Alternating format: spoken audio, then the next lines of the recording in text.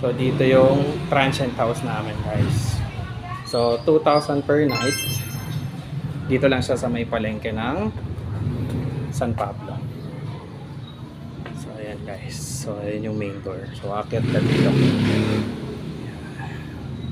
Everyday Christmas. So pasok tayo.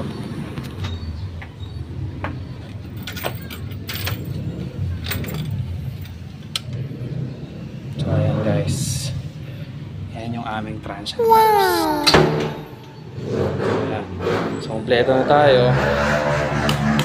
Yan, may chandelier pa tayo guys. So ito yung ating sofa bed, TV, internet connection, TV rack, tapos center table na nasa side. So ayan, may malaki tayong salamin dito. And then dining area natin, breakfast nook. Tapos ito yung parang display lang naman. Yan.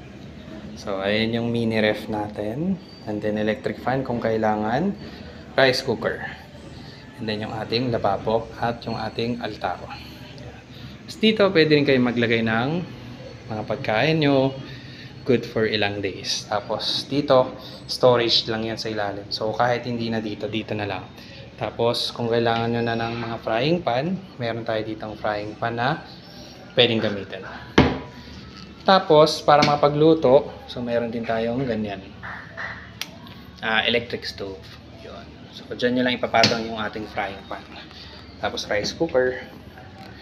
Then, walis, para kung sakaling may natapon. Tapos, laundry basket.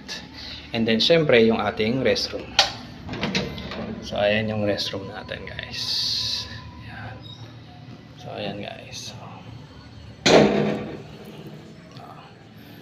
So, naglagay ako dito ng mini sacks para hindi yung tubig. Yan. Okay. Ayan, guys.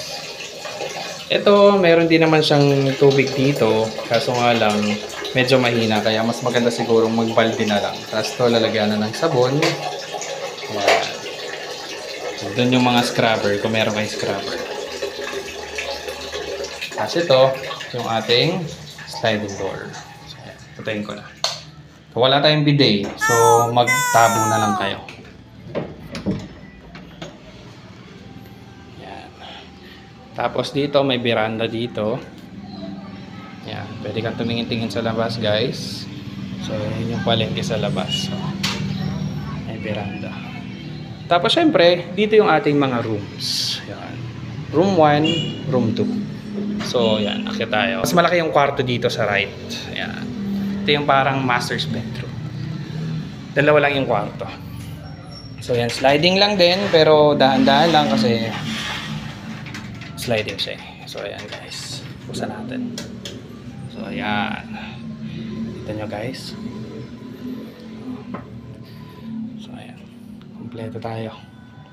Gusto mong makakita ng tanawin, pwede mo naman tong i-roll up para makita mo yung tanawin sa likod. Yan guys. Wow! Buksan mo para fresh air. Pero mas maganda siguro mag-aircon ka na lang. Yan. Yung kama. May saksakan doon. So, saraduhan na natin. Tapos ito yung room 2. So ayan guys. Hindi ko nabuksan yung ilaw. Kita naman siya. So yan, bago din yung aircon natin. Tapos meron din siyang window dito with blinds. Tapos yan yung kama. Yan. Ito medyo matigas nga lang to. Pero pwede na yan sa sa isang bata. Ayan. May aircon na rin siya, may ilaw. So yun. So ayun yung baba. So yun guys, so dun sa mga gusto mag-transient dito sa San Pablo, City, Laguna. Dito lang kami located guys sa may Kwahong. Sa may public market ng San Pablo. Likod po kami ng Franklin Baker. So ayun lang guys. Lalagay ko na lang yung number namin dito sa video. So I hope you like this video. And please don't forget to subscribe and stay safe always, guys. Peace out.